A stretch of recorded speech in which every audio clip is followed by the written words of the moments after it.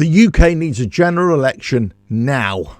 Let's get into it. Hello, welcome to the Alf Sparrow channel. I hope you're all well. If you like what I do here, don't forget to like and share the video, subscribe to the channel, and hit the notifications bell for all future videos. So, the United Kingdom needs a general election right now.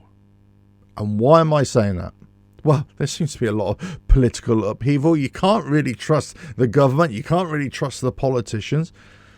But the reason why I say this is because actually we're looking at a general election towards the tail end of the year. We're looking at probably October, November. But 2024, coincidentally, there appears to be over 20 countries, I believe it's 23 or 24 countries, who are also having national general elections. The biggest one, that's the United States, of course, they've got theirs in November. So what does this mean? That means that 2024 there's going to be a lot of upheaval politically in many different countries. And some of the major countries, depends on how their elections go, could have a dramatic effect on global politics. So for me, not in terms of a domestic sense, we should bring the general election forward.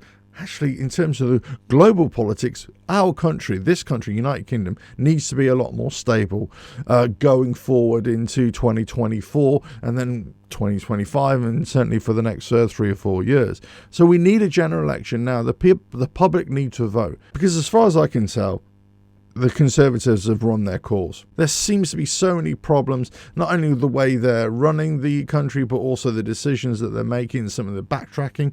Now, you could say that about all politicians, and let's face it, I'm not the biggest fan of any politician, I've got to say. But I would say that, you know, every political party has their day in the sun. They have a certain amount of time in office, and then invariably the other party comes in and takes over. And really, in the UK, we've got a two-horse race, really. You know, you do have the Conservatives versus Labour. Whilst you could vote for Lib Dems or the Liberal Party, and you could vote for the Green Party and everything, these are kind of, I wouldn't say they're protest votes, but they kind of are, really. Because Labour and Conservatives are the only two parties that you can put forward. Yes, there could be a very close result, and therefore you can entertain the Liberal Party to join forces in a coalition. What happened with the Conservatives and the Liberals, of course, a few years ago with shocking consequences as well. And that was kind of the downfall of the Liberal Party as well. But let's face it, if we call a general election now, we're kind of looking at Labour as being the next government, aren't we? Possibly. I mean, who knows? We never really know. It really depends how many people are bothered to go and vote as well. That's another issue here as well, about the engagement and how willing people to even engage with the political process. Like I say, I doubt many people are, because they all kind of roll their eyes and think, what the hell's going on? Not only with the state of the world, but also the state of this country as well. When you've got poor decisions being made by your own government, but not only in terms of foreign policy, but domestic policy, and also how public services are being run, then also you've got a bit of a problem, and questions need to be asked. That's where people start to kind of demand a change.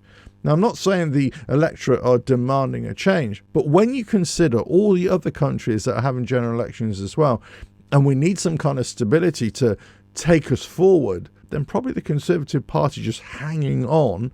And this is what they want to do. They want to hang on a little bit more, not only because they want to stay in power, but also there's a tactical edge here, is that they can see how their policies are developed this year. They can improve their performance and get a better public perception of them. And then you say, well, actually, we're going to be doing better than Labour will ever do. Therefore, you should vote for us. And maybe the electorate will go that way as well. But if they're forced to call it early, then there's a good chance that the negativity that is towards the current government actually will swing in favour of the opposition as well. So there's always going to be this cat and mouse game here. When will the Conservatives actually hold a general election, or when will the government hold the general election, and will it work in their favour or will it work against them? I've got a feeling that, hey, most people will want to go for election sooner rather than later. Let us know your thoughts in the comments below. If you like what I do here, don't forget to like and share the video, subscribe to the channel, and hit the notifications bell for all future videos. And I'll catch you again on another video coming very soon. Bye now.